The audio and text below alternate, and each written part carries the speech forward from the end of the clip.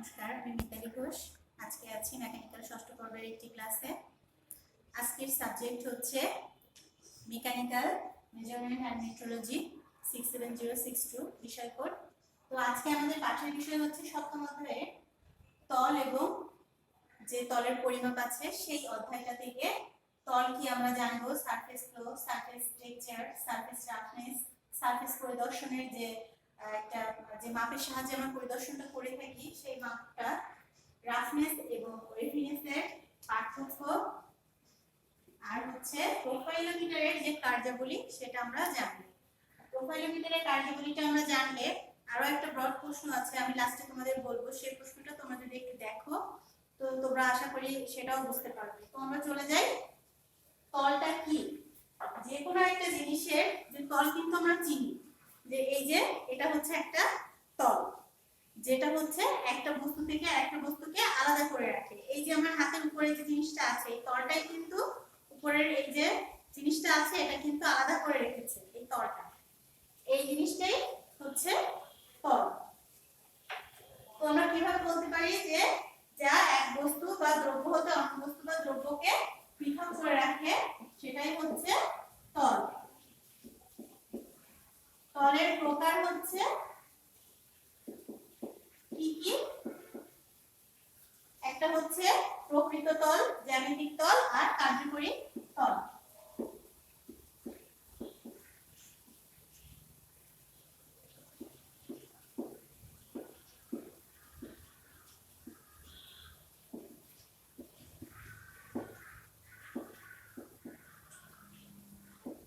কার্যকরী তল। তো প্রকৃত তলটা কি? যা কোনো বস্তু প্রকৃতপক্ষে যে তল বা সারফেস দ্বারা সীমাবদ্ধ থাকে। প্রকৃতপক্ষে কোনো বস্তু যে তল বা সারফেস দ্বারা সীমাবদ্ধ থাকে সেটা হচ্ছে প্রকৃত তল। আর জ্যামিতিক তলটা আমরা কাকে বলি? যে চিত্রের ডিজাইন বা উৎপাদনের জন্য নির্দেশিত যে তল বা সারফেস সেটাকে আমরা জ্যামিতিক তল বলে থাকি। কি বলেছে? যে চিত্রে একটা চিত্র আমরা আঁকছি বা ডিজাইন করছি সে সময় বা উৎপাদনের জন্য নির্দেশিত তল, যে চিত্র আঁকছি বা উৎপাদনের জন্য নির্দেশিত যে তল বা সারফেস সেটাকে আমরা জ্যামিতিক তল বলে থাকি। আর একটা আছে কি? কার্যকরী তল। উৎপন্ন দ্রব্য বা বস্তুর পরিমাপযোগ্য সারফেস বা তল সমূহকে কার্যকরী তল বলে। মানে উৎপন্ন দ্রব্য বা বস্তু, যে একটা দ্রব্য আমি উৎপাদন করছি সেই উৎপাদিত দ্রব্যের পরিমাপ করার জন্য যে কার্যকরী যে তলটা থাকে পরিমাপ করার জন্য বা পরিমাপযোগ্য তাকে হচ্ছে কার্যকরী তল বলা হয়। এরপরে আমরা চলে যাব সারফেস ফ্লো। সারফেস ফ্লোটা কি?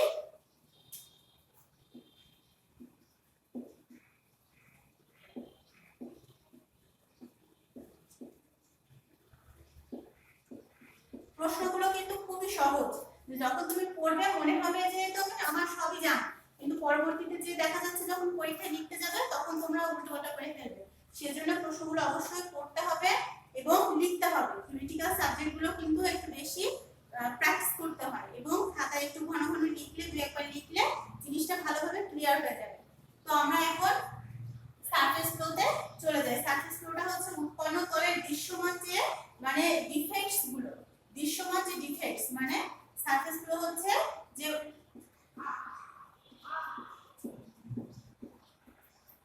উৎপন্ন তল। আমি একটি জিনিস তৈরি করলাম, এই যে জিনিসটার যে তলটা এর উপরে দেখা যাচ্ছে অনেক রাফনেস থাকবে, গর্ত থাকবে, আঁচড় থাকবে, তারপরে ফাটল থাকবে। এই যে জিনিসগুলো তাকে হচ্ছে সারফেস ফ্লো বলে। কি? যে বিভিন্ন রাফনেস, সেটা হতে পারে ফাটল, চিড়, গর্ত, তারপরে উঁচু নিচু বিভিন্ন ধরনের, সেগুলোকে আমরা সারফেস ফ্লো বলে থাকি। এরপরে কি আছে? Surface texture. সারফেস টেক্সচারটা কি?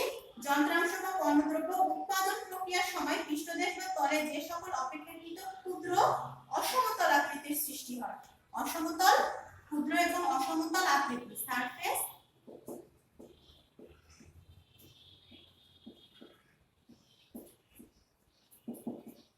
সেই উৎপন্ন তলে যে ক্ষুদ্র এবং ছোট মানে কোনো একটা দ্রব্য যখন আমি উৎপন্ন করছি তার পৃষ্ঠতলে বা তলে অপেক্ষাকৃত ছোট অসমতল আকৃতির, ছোট ছোট অসমতল উঁচু নিচু এরকম আকৃতির যে সৃষ্টি হয় সেটাকে হচ্ছে সারফেস টেক্সচার বলা হয়।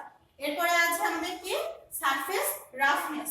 রাফনেসটা কিন্তু আমরা সবাই বুঝি, যখন আমরা মেশিনে কাজ করি তোমরা অনেকেও এসে বলেছো যে ম্যাডাম আমি লেপ মেশিনে কাজ করেছি, যে টার্নিং করেছি আমারটা অনেক মসৃণ হয়েছে, ওটা মসৃণ হয়নি, দেখা যাচ্ছে অনেক উঁচু নিচু আছে বা উপরে হাত দিলে হাতে বাজছে এরকম।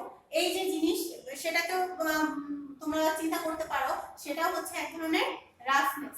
তো ওই উপরে যে অসমতল বা যে ডিফেক্টস গুলো আমরা পাই সেগুলোকে রাফনেস আমরা বলে থাকি। এখন আমরা আসি যে সারফেস পরিদর্শনটা কি।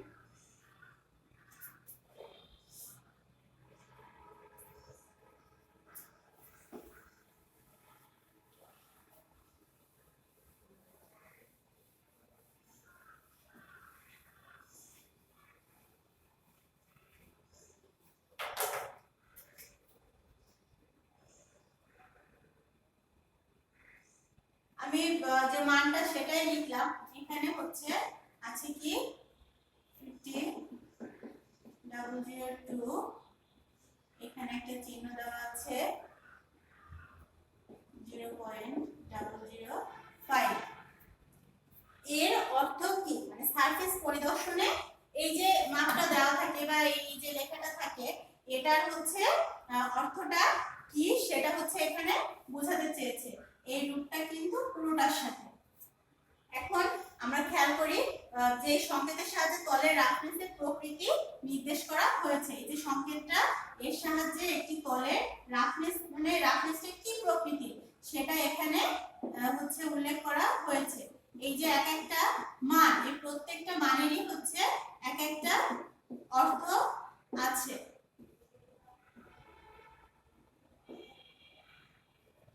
তো এখানে 50 দ্বারা কি বোঝানো হয়েছে, 50 মাইক্রো ইঞ্চি রাফনেস হাইট। এটা দ্বারা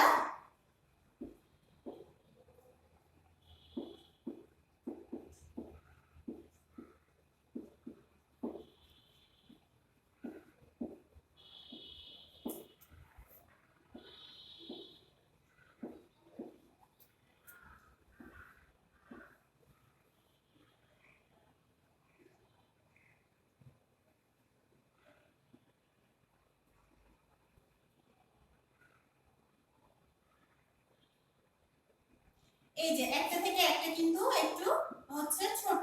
এই যে হাইটটা, এই যে রাফনেসের যে হাইটটা এটা বোঝানো হয়েছে 0.002। এটার সাহায্যে কি বোঝানো হয়েছে, ওয়েভিনেস চওড়া।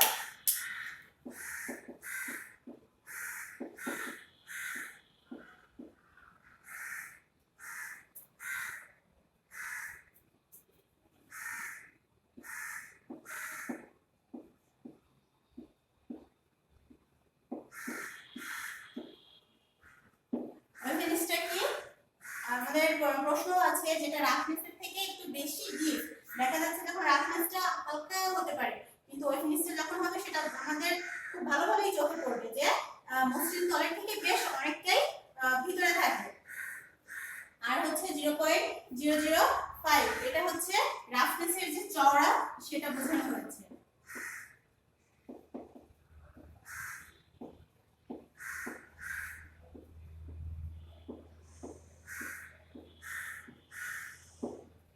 রাফনেসের যে চওড়া। আর এই যে চিহ্নটা এটাকে বলে লো ডিরেকশন। এটা হচ্ছে তলের সাথে লম্বভাবে বোঝানো হয়েছে যে লো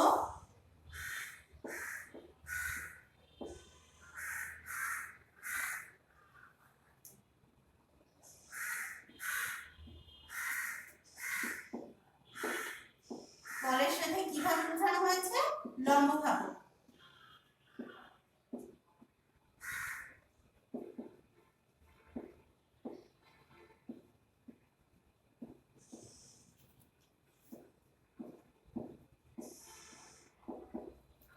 তলের সাথে লম্বভাবে বোঝানো হয়েছে। তো আশা করি তোমরা জিনিসটা বুঝতে পেরেছো। এরপরে আছে আমাদের কি রাফনেস এবং ওয়েভিনেসের ভিতরে পার্থক্য।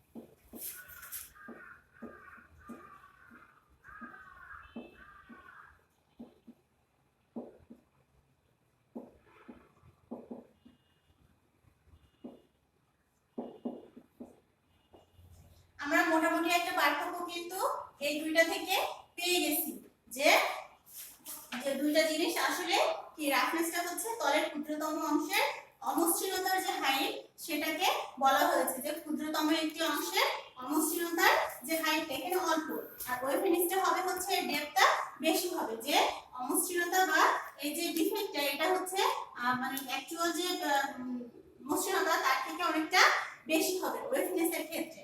আর আরো আছে হচ্ছে কি, পদার্থের ক্ষুদ্রতম অংশের উচ্চতা ও বিস্তারের পার্থক্যের উপর তলের মসৃণতা নির্ভর করে। কিসের উপর নির্ভর করে? উচ্চতা ও বিস্তারের উপরে।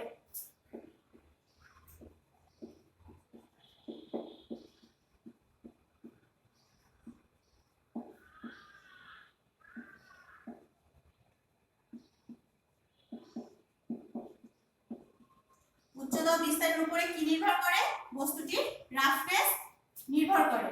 আর হচ্ছে ওয়েভনেসের ক্ষেত্রে কি, তলের বিস্তার এবং উচ্চতার পার্থক্যের উপর তলের মসৃণতা নির্ভর করে। এই যে পদার্থের উচ্চতা এবং বিস্তারের পার্থক্যের উপরে ওয়েভনেস নির্দেশ করে, আর হচ্ছে উচ্চতা বিস্তারের পার্থক্যের উপর তলের মসৃণতা ও নির্ভর করে।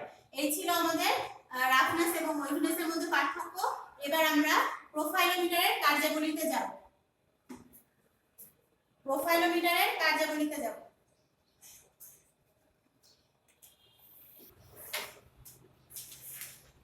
আমরা এবার যেটা দেখব সেটা হচ্ছে কি, প্রোফাইলোমিটারের কার্যাবলী।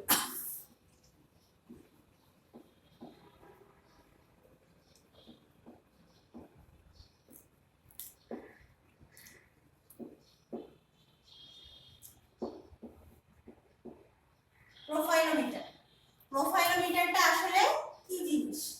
প্রোফাইলোমিটার হচ্ছে কোনো কিছুর তল পরিমাপ ও পরিদর্শনের ক্ষেত্রে আমরা প্রোফাইলোমিটারটা ব্যবহার করে থাকি। এটা হচ্ছে যে কি, অমসৃণতা বা রাফনেস নির্ণয়ের ক্ষেত্রে আমরা ব্যবহার করে থাকি। আর প্রোফাইলোমিটার ব্যবহারের ক্ষেত্রে আমাদের যে জিনিসগুলো লাগে সেটা হচ্ছে পিকআপ ইউনিট, অ্যাম্পলিফাইং ইউনিট আর রেকর্ডিং ইউনিট। কি কি লাগে? তিনটা জিনিস। একটি হচ্ছে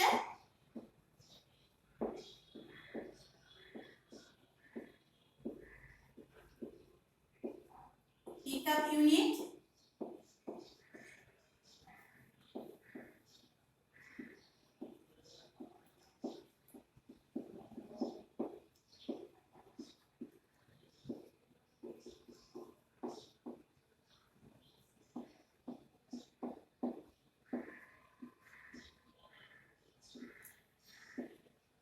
রেকর্ডিং ইউনিট।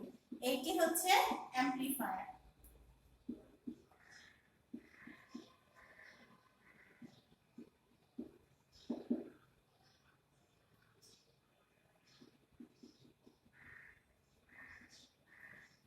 এটা হচ্ছে অ্যাম্পলিফায়ার। আর এখানে এই যে জিনিসটা অত সুন্দর করে আমি অবশ্য চেষ্টা করিনি, যে একটি মোটর।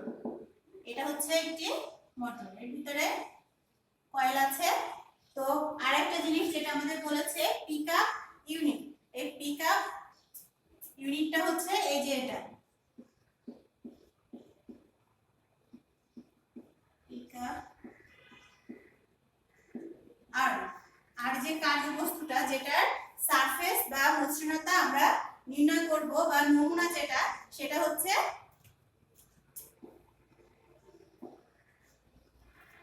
এই যে জিনিসটা, এটা আমরা হচ্ছে মসৃণতাটা পরীক্ষা করব। আর একটা জিনিস আছে আমাদের, সেটা হচ্ছে স্টাইলাস।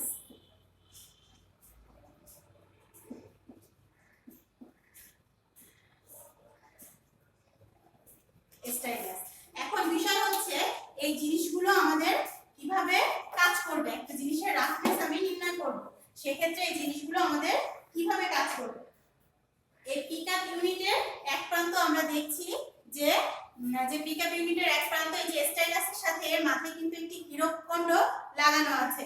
আর এক প্রান্ত কি, এই মোটরের ভিতরে কয়েলের সাথে হচ্ছে স্থায়ীভাবে যে চুম্বক থাকে, এই চুম্বক বৈদ্যুতিক কয়েলের সাথে সংযুক্ত করা থাকে, যেটা এখানে আছে। একটা কি হীরকখণ্ড দিয়ে স্টাইলাসের সাথে সংযুক্ত করা, আর একটা হচ্ছে চুম্বক দিয়ে এটা হচ্ছে কয়েলের সাথে সংযুক্ত করা আছে। এই চুম্বকটি বৈদ্যুতিক কয়েলের সাথে এমন ভাবে সংযুক্ত থাকে যে স্টাইলাস যুক্ত প্রান্তটি এই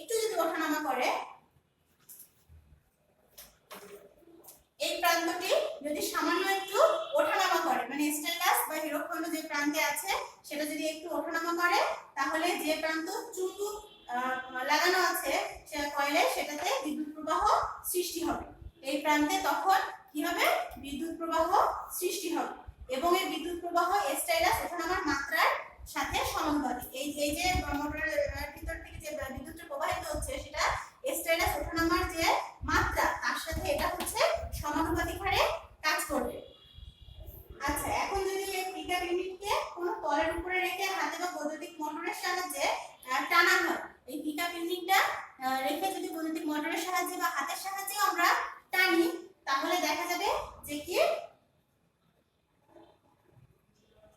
তলের অমসৃণতার জন্য স্টাইলাসের উৎপন্ন কম্পন আর্মের অপর প্রান্তে বিদ্যুৎ প্রবাহের সৃষ্টি করবে। কি করবে, যে এই যে পিকআপ আর্মের অপর প্রান্তে হচ্ছে বিদ্যুৎ প্রবাহের সৃষ্টি হবে, যেটা হচ্ছে বিদ্যুৎ অ্যাম্পলিফায়ারের মাধ্যমে সম্প্রসারিত হয়ে রেকর্ডিং ইউনিটে প্রেরণ করা হবে। সেখান থেকে কি এই যে মোটরের সাহায্যে অ্যাম্পলিফায়ারে যাবে, অ্যাম্পলিফায়ার থেকে আমাদের যে হচ্ছে রেকর্ডিং ইউনিট, সেই রেকর্ডিং ইউনিটে যে আমরা দেখতে পাবো। এখানে এই যে কাটা আছে, অ্যাম্পলিফায়ারের যে কাটাটা থাকে আমি কত সুন্দর করে দেখাইনি, বইতে আছে, তোমরা দেখে নিও, চেষ্টা করো। এখানে হচ্ছে রেকর্ডিং ইউনিটে আমাদের এইটা দেখাবে। তো নির্দেশক কাঁটাযুক্ত যে ডায়ালটা আছে এই ডায়ালের মাধ্যমে এই ডায়াল কাটার পাট দ্বারা রাফনেসের গড় উচ্চতা আমরা নির্ণয় করতে পারি। এই যে ডায়ালের কাঁটাটা আছে এর মাধ্যমে আমরা এই রাফনেসের গড় যে হাইটটা বা উচ্চতাটা সেটা আমরা নির্ণয় করতে পারি। আবার আমরা কোনো ক্ষেত্রে প্রোফাইলোমিটার সরাসরি রাফনেস অংশ দেখা যাচ্ছে, এখানে কি দেখাচ্ছে যে রাফনেসের যে হাইটটা সেটা এটা লেক্সিটের মাধ্যমে দেখাচ্ছে। আবার কখনো আমরা দেখে থাকি যে স্থানটা রাফনেস সেটা সরাসরি চিত্র আকারে হচ্ছে আমাদের পার্ট দেখাচ্ছে, যেটা এখন মানে ইদানিং ব্যবহার শুরু হয়েছে। এটা হচ্ছে প্রোফাইলোমিটারের যে কার্যাবলী সেটা।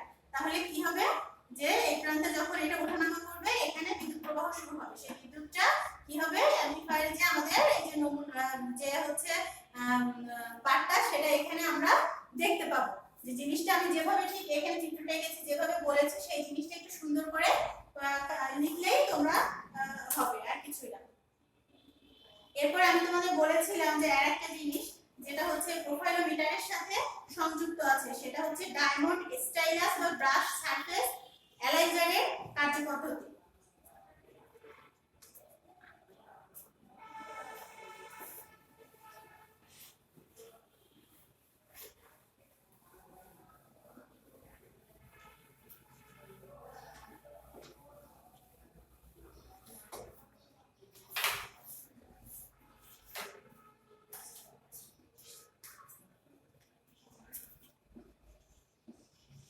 এই যে প্রোফাইলোমিটার এটা কিন্তু তোমাদের একটা ব্রড প্রশ্ন, তোমরা সেভাবে এটা কিন্তু লিখবা। আর একটা আছে ব্রড প্রশ্ন,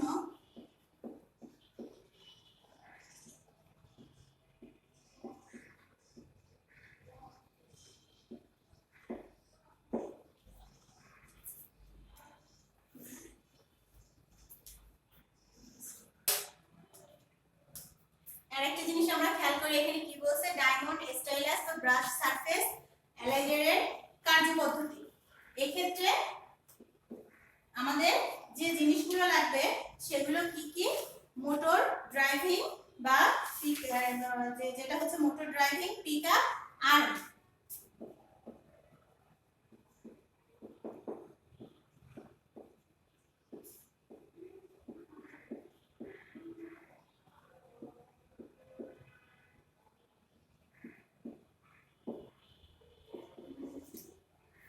আরো লাগবে হচ্ছে ক্যালিব্রেশন বা ক্যালিব্রেটিং অ্যাম্পলিফায়ার।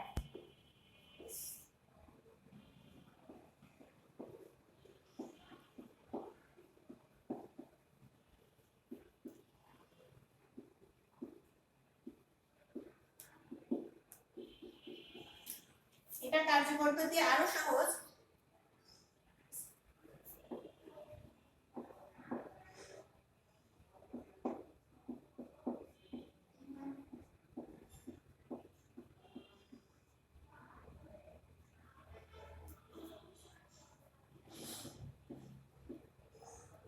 ডাইরেক্ট লিঙ্কিং অসিলোগ্রাফ এই জিনিসটা লাগবে। আর ডায়মন্ড স্টাইলাস বা ব্রাশ সারফেস অ্যালাইজারের সাহায্যে আমরা কি কি জিনিসের হচ্ছে রাফনেস পরীক্ষা করতে পারি, সেগুলো হচ্ছে মেটাল, গ্লাস, ওয়্যার এই জাতীয় যেগুলো আছে, মেটাল, গ্লাস, ওয়্যার এই জাতীয় জিনিসের রাফনেস, তারপরে হচ্ছে পেপার, প্লাস্টিক, এগুলোর হচ্ছে রাফনেস আমরা পরীক্ষা করতে পারি এর সাহায্যে।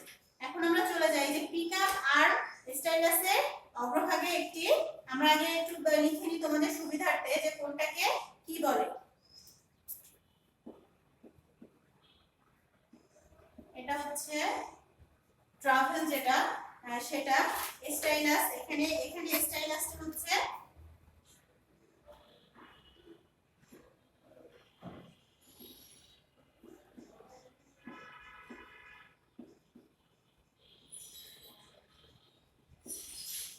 স্টাইলাস,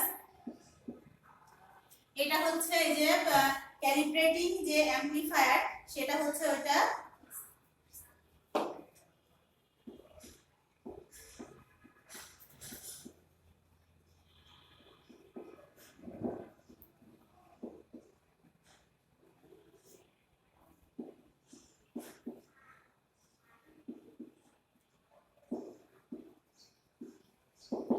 এটা হচ্ছে অ্যাম্পলিফায়ার, দেখে আমরা বলেছি এটা হচ্ছে এসি যে পাওয়ার সাপ্লাই সেটা, আর হচ্ছে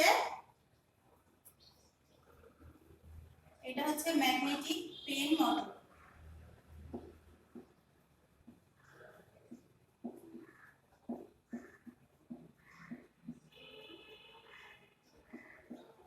মানে হচ্ছে এই যে ডাইরেক্ট যে ইঙ্কিং অসিলোগ্রাফ সেটা হচ্ছে ওইটা।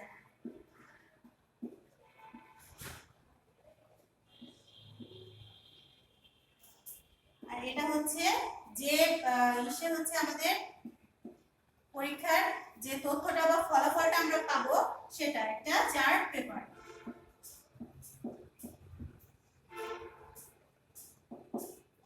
এখন আমাদের কাজটা কিভাবে করছে সেটা হচ্ছে জানতে হবে। এক্ষেত্রে কি পিকআপ আর্মের যে স্টাইলাসের অগ্রভাগে যে সুচালু যে স্টাইলাস থাকে, এখানে যে স্টাইলাসটা আছে ডায়মন্ড সেট করা আমরা আগেও দেখেছি, সেটি হচ্ছে এটা থাকে, এটা হচ্ছে কি করে পিকআপ এর উপর দিয়ে সামনে পিছনে চালনা করলে তলের যে একটা উঁচু নিচু হয় সেটার জন্য বিদ্যুৎ প্রবাহ সৃষ্টি হয়। তার মানে কি এটা যখন আমি একটু উঁচু নিচু করব তখন বিদ্যুৎ প্রবাহ সরবরাহ হবে, যেটা হচ্ছে এই অ্যাম্পলিফায়ারের মাধ্যমে এর হচ্ছে যে বেশি বা কম সেটা আমাদের নির্দেশ করবে, যেটা উক্ত বিদ্যুৎ প্রবাহ অ্যাম্পলিফায়ারের মাধ্যমে বর্ধিত হয়ে অসিলোগ্রাফের পেন মোটরকে পরিচালিত করবে।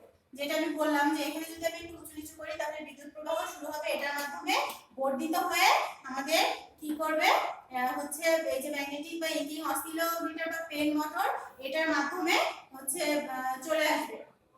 এখন পিকআপ স্টাইলাসের গতির প্রকৃতির ভিত্তিতে পেন মোটর স্বয়ংক্রিয়ভাবে চার্ট পেপারে পরিদর্শনকৃত তলের অনুরূপ প্রোফাইল বিশিষ্ট একটি বিবর্তিত লেখচিত্র বা গ্রাফ অঙ্কিত হবে।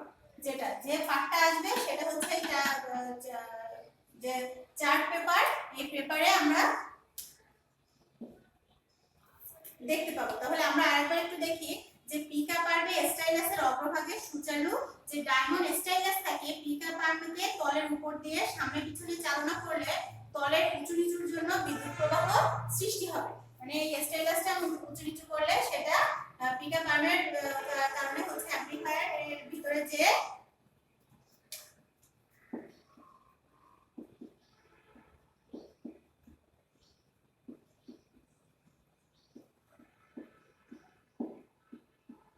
আমি এটা লিখতে ভুলে গিয়েছিলাম, এই যে পিকআপ আর্মের ভিতরে দিয়ে এটা বিদ্যুৎ প্রবাহ অ্যাম্পলিফায়ারে চলে আসবে। অ্যাম্পলিফায়ারে চলে এসে কি হবে এই বিদ্যুৎ প্রবাহটা বর্ধিত হয়ে অসিলোগ্রাফ বা পেন মোটরে অসিলোগ্রাফ বা পেন মোটরে পরিচালিত করবে মোটরকে। এরপরে হচ্ছে যে নমুনাটা আমরা পরীক্ষা করছি সেই যে নমুনা পিকআপ স্টাইলাসের গতির প্রকৃতি অনুযায়ী পেন মোটর সক্রিয়ভাবে চার্ট পেপারে পরিদর্শনকৃত তলের অনুরূপ প্রোফাইল বিশিষ্ট একটি বিবর্তিত লেখচিত্র বা যে গ্রাফ যেটা আমরা বলি সেটা অঙ্কিত হবে। যেটা গ্রাফ পেপারে অঙ্কিত লেখচিত্র গাণিতিক বিশ্লেষণের মাধ্যমে সারফেসের রাফনেসের গড় উচ্চতা যেটা আরএমএস মানে প্রকাশ করা হয়, যেটা হচ্ছে আরএমএস মানে হচ্ছে প্রকাশ করা হয়। এই সারফেসের অ্যালাইজারের মাধ্যমে তলের রাফনেসের উচ্চতা লেখচিত্র ভবিষ্যৎ পর্যালোচনার জন্য সংরক্ষণ করা যায়। এই যে চার্ট যে লেখচিত্রটা আমরা পাচ্ছি এটা ভবিষ্যতে যেটা আমাদের লাগতে পারে তার জন্য এটা সংরক্ষণ করা যায়। এজন্য এটা হচ্ছে অনেক মানে ব্যবহারটা অনেক বেশি। তাহলে এটা যখন স্ট্যাটাসটা যখন উঁচু নিচু করব তখন পিকা পাম্পের ভিতর দিয়ে বিদ্যুৎ প্রবাহিত হয়ে অ্যাম্পলিফায়ারে এসে এটা আরো বৃদ্ধি পাবে।